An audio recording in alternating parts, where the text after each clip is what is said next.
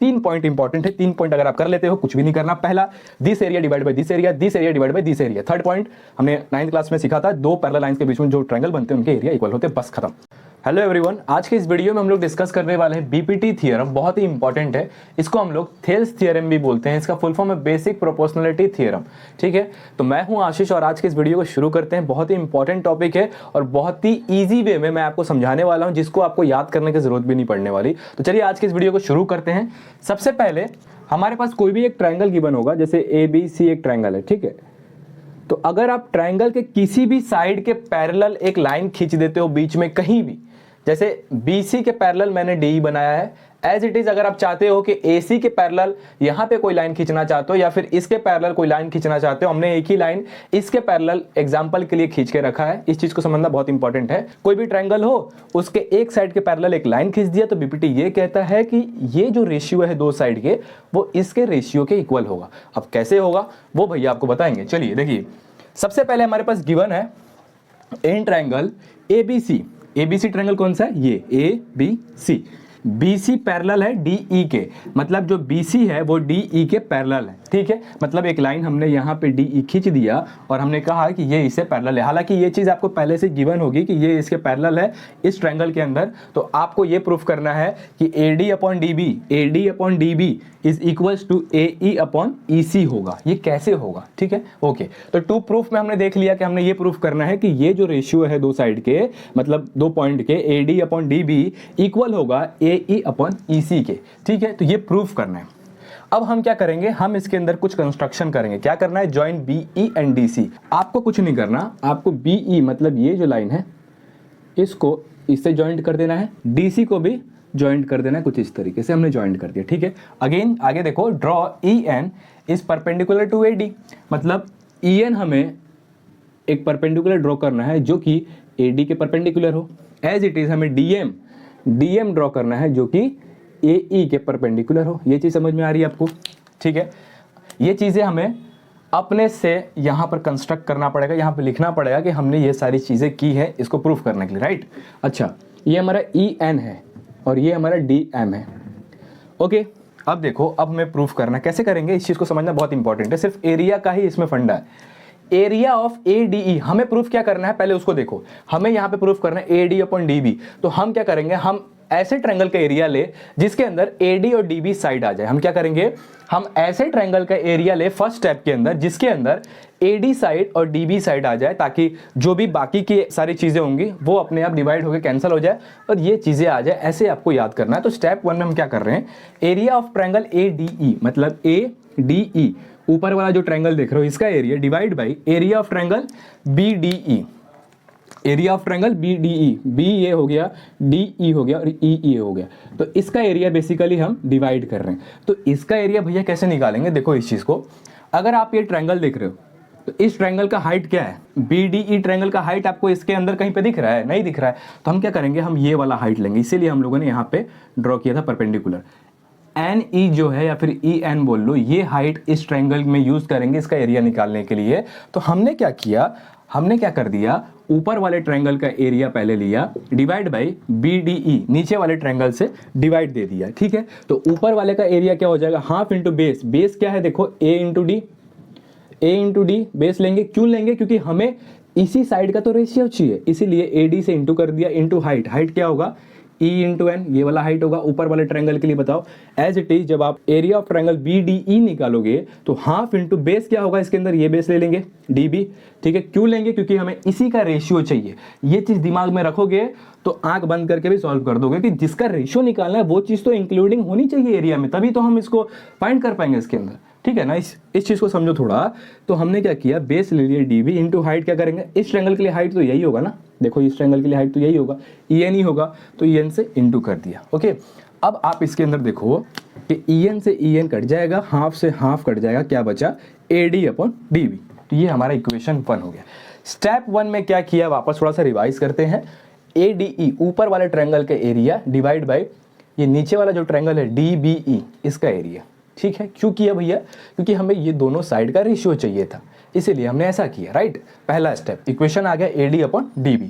Second step में देखो, वापस ऊपर वाले ट्रायंगल का एरिया निकालेंगे एरिया ऑफ ट्रायंगल ADE।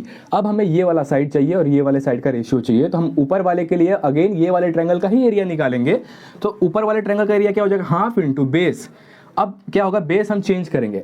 इससे पहले वाले ऊपर वाले का एरिया निकाले थे तो ये वाला बेस लिए थे क्योंकि हमें इसका ही रेशियो चाहिए था, लेकिन अब हम क्या करेंगे, अब हम ये वाला बेस लेंगे AE क्योंकि हमें इसका रेशियो चाहिए। ठीक है, तो AE इंटू हाइट क्या कर दोगे, हाइट इसके लिए ये वाला लेंगे DM, इसके लिए हाइट क्या हो जाएगा, अगर बेस ये है तो हाइट ये हो जाएगा DM, तो DM रख दिया। अब डिवाइड करेंगे एरिया ऑफ ट्रायंगल CED। पहले हमने कौन सा ट्रायंगल लिया था, पहले हमने ये वाला ट्रायंगल लिया था। अब हम क्या करेंगे, अब हम ये वाला ट्रायंगल लेंगे, देखो ये वाला ट्रायंगल लेंगे, राइट। ओके, तो ये वाले ट्रायंगल का भी एरिया देखो एक बार क्या हो जाएगा, हाफ इंटू बेस। बेस क्या होगा, ये वाला EC, क्यों भाई, क्योंकि इसी का रेशियो चाहिए। ये चीज़ दिमाग में रखो, जो चीज़ निकालना है वो चीज़ दिमाग में रख के अगर कोई चीज़ डिराइव करोगे तो डिराइवेशन ईजी हो जाता है, याद करने की जरूरत नहीं पड़ती। ठीक है, तो इसके लिए हाफ इंटू बेस तो EC होगा, लेकिन हाइट क्या, हाइट ये वाला होगा, DM होगा, बताओ DM होगा, तो यहाँ पर भी DM।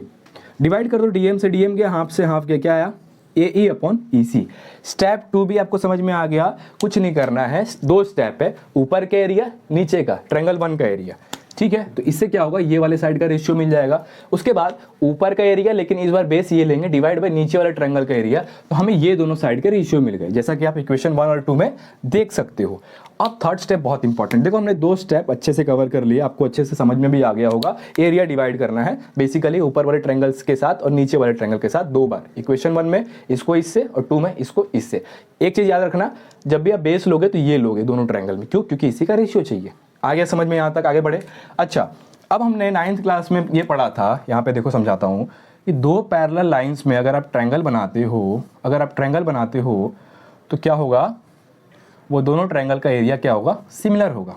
होगा कि नहीं होगा, 9th क्लास में आपने पढ़ा था कि पैरेलल लाइंस के बीच में जो भी ट्रायंगल्स बनेंगे तो उनके एरियाज क्या होंगे, सिमिलर होंगे। तो हमने लिख दिया कि ये जो ट्रायंगल है, ये जो 2 ट्रायंगल आप देख रहे हो, DBE जो भी देख रहे हो, और अपने पास DEC जो ये ट्रायंगल है, ये क्या है, 2 पैरेलल लाइंस के बीच में, देखो अच्छे से है कि नहीं, 2 पैरेलल लाइंस के बीच में है। तो जो ये 2 ट्रायंगल बन रहे हैं 1 और 2, ये दोनों क्या होंगे, सेम होंगे, वही चीज लिखा है। ये थर्ड पॉइंट है, बहुत इंपॉर्टेंट थर्ड पॉइंट है।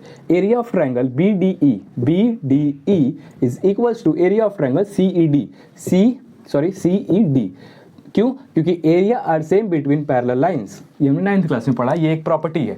ठीक है, तो थर्ड पॉइंट में आप क्या लिखोगे कि 2 पैरेलल लाइंस के बीच में जो ट्रायंगल्स बनेंगे वो दोनों इक्वली एरिया के होंगे। तो हमने थर्ड पॉइंट में ये लिखा। तो हम क्या करेंगे, हमारे पास फर्स्ट इक्वेशन क्या आया था, देखो area of triangle ADE divide by BDE is equals to क्या आया था, AD अपॉन DB। अब हमने क्या किया, इस चीज को समझना, यहाँ पे क्या आया, area of triangle BDE CED के इक्वल है। तो ये जो इक्वेशन आया हमारे पास, इसको मैं यहाँ पे रखूंगा और देखते हैं क्या होता है। अभी तो हमें पता है कि ये चीज सिमिलर होती है इक्वेशन 1 से, लेकिन थोड़ा चेंज करते हैं। जो प्रॉपर्टी ऊपर लगाया उसकी वैल्यूज अगर हम डिनोमिनेटर में यहाँ पे रखेंगे BDE के इक्वल, तो क्या आता है। अच्छा, मैंने वैल्यू रख दिया BDE के इक्वल CED, देखो यहाँ पे रख दिया CED, राइट। अच्छा, अब थोड़ा देखो इसको, क्या हमारा ये सेकंड वाला इक्वेशन नहीं है जो आया था, देखो ADE डिवाइड बाई CED। तो हम कहेंगे जब ये वैल्यू आ गई तो ये वैल्यू इसके इक्वल थी, तो हम कहेंगे इसके इक्वल है। तो ये दोनों वैल्यू एक दूसरे के इक्वल आ गई, तो हम कहेंगे इसका जो वैल्यू आया था ये दोनों भी इक्वल होंगे। ठीक है, तो हमारा रिजल्ट क्या है, such that AD upon DB is equal to AE upon EC। 3 point important है, 3 पॉइंट अगर आप कर लेते हो कुछ भी नहीं करना। पहला, this area divide by this area divide by this area. Third point हमने 9th क्लास में सीखा था, 2 पैरेलल लाइंस के बीच में जो ट्रायंगल बनते हैं उनके एरिया इक्वल होते हैं, बस खत्म, उसकी वैल्यू रख दो यहाँ पे, खत्म। 3 स्टेप में आपका BPT फिनिश। इसको नोट करो, अब थोड़ा सा देखेंगे। अब BPT से हमें ये पता चलेगा कि इसका रेशियो और इसका रेशियो इक्वल होता है इसका रेशियो डिवाइड बाय इसका रेशियो के साथ। ठीक है, लेकिन अगर कुछ इसमें प्लस माइनस करते हैं तो शायद कुछ और इसके अंदर साइड्स में शायद हमें रिलेशन देखने को मिल जाए, ये भी तो हो सकता है। तो आप इतना नोट करो, उसके बाद मैं आगे करवाता हूँ। रिजल्ट आ गया हमारे पास, AD upon DB is equals to AE upon EC। तो ये तो हमें पता चल गया कि ट्रायंगल की अगर पैरेलल लाइन एक साइड के बनाते हैं तो इसका रेशियो डिवाइड बाय इसका रेशियो इक्वल होता है इसका रेशियो डिवाइड बाय इसका रेशियो। लेकिन कुछ इसके अंदर मैं सोचता हूँ कि कुछ ऐड करके, कुछ डिवाइड करके, इसका रेसिप्रोकल लेके और साइड्स के रेशियो और इसके कुछ हमें इंपॉर्टेंट पॉइंट्स अगर मिले तो और अच्छी बात है। तो हमने क्या किया, इसके अंदर +1 कर दिया दोनों साइड से, यहाँ पे +1 कर दिया, यहाँ पे +1 कर दिया। इक्वेशन अभी भी बैलेंस है। मैथमेटिक्स में LHS RHS साइड दोनों साइड अगर आप कुछ ऐड करते हो, माइनस करते हो इक्वली, तो वो सिमिलर होता है, उसके अंदर कोई दिक्कत नहीं होती। ठीक है, चलिए, तो इसको अगर मैं LCM लूंगा तो क्या हो जाएगा, AD plus DB divide by D B is equals to E C plus A E divide by E C. A D upon D B क्या है ट्रायंगल में, देखो A D upon D B क्या है, पूरा ए बी हो गया, पूरा ए बी हो गया, डिवाइड बाई नीचे D B is equals to E C plus A E क्या है, देखो ए ई प्लस ई सी क्या है, पूरा ए सी, समीशन है, ठीक है, ए C divide by E C.